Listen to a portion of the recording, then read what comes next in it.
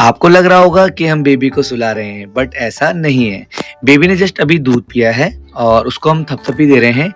ये बहुत ज़रूरी होता है दूध पिलाने के बाद। अब जैसे ही अगर एक बार डकार लेगा, हम इसको सुला देंगे। और थपथपी देने का सबसे बढ़िया तरीका यही पोजीशन होती है, क्योंकि इसमें मम्मी को भी आराम मिल जाता है और बच्चे को भी आराम मिल जाता है। और कई बार बच्चा थोड़ा टाइम ज़्यादा लेता है तो काफ़ी टाइम तक करना पड़ता है, तो ये पोजीशन बेस्ट है। बच्चा आराम भी कर लेता है इस बहाने। तो अब जैसे इसने डकार ले ली है तो उसको हम सुला देंगे।